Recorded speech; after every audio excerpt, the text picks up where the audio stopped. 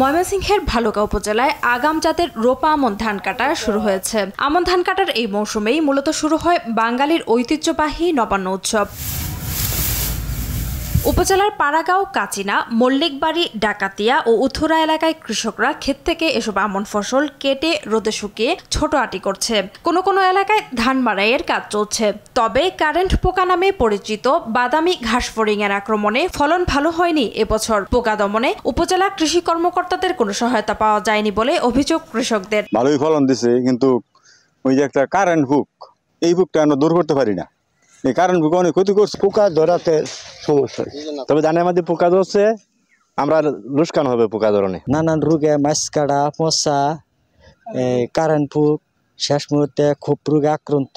দৌড় ফেরে গেলাম ভালুকা কৃষি অফিসে, অনেক আমি সহযোগিতা পাই নাই। 10 কাঠা জমিনের মধ্যে 5 মণ ধান হয়েছে, সব ধান পুয়ে খাইয়া লাইছে। একটা ক্ষেত আপনার কৃষি অফিসাররা ক্ষেত করে, ওই একটা ক্ষেতই দিয়ে গেছে, আর বাকি ক্ষেত দেখার কোনো খবর থাকে না তাদের। উপজেলা কৃষি কর্মকর্তার অবশ্য দাবি, পোকা দমনে কৃষকদের পরামর্শ দিয়েছেন তারা। আমাদের ডাকাতিয়া কাচিরা ইউনিয়নের কিছু জমিতে আমাদের বাদামি গাছ ফড়িংয়ের আক্রমণ ছিল এবং আমরা যথাযথ পরামর্শ দিয়েছি কৃষকদের। যারা উপসহকারী কৃষি কর্মকর্তারা আছেন তারা নিয়মিত মাঠ পরিদর্শন করে যেন পরিচ্ছন্ন চাষাবাদ করতে পারে সেজন্য পরামর্শ দিয়েছেন এবং বিপিএইচ এর জন্য যে অনুমোদিত কীটনাশক আছে সেটাও তাদেরকে স্প্রে করার জন্য বলেছেন। চলতি বছর ভালুকা উপজেলায় 19,910 হেক্টর জমিতে রোপা আমন আবাদ হয়েছে। সৈয়দা সামিয়া তামান্না, RTV।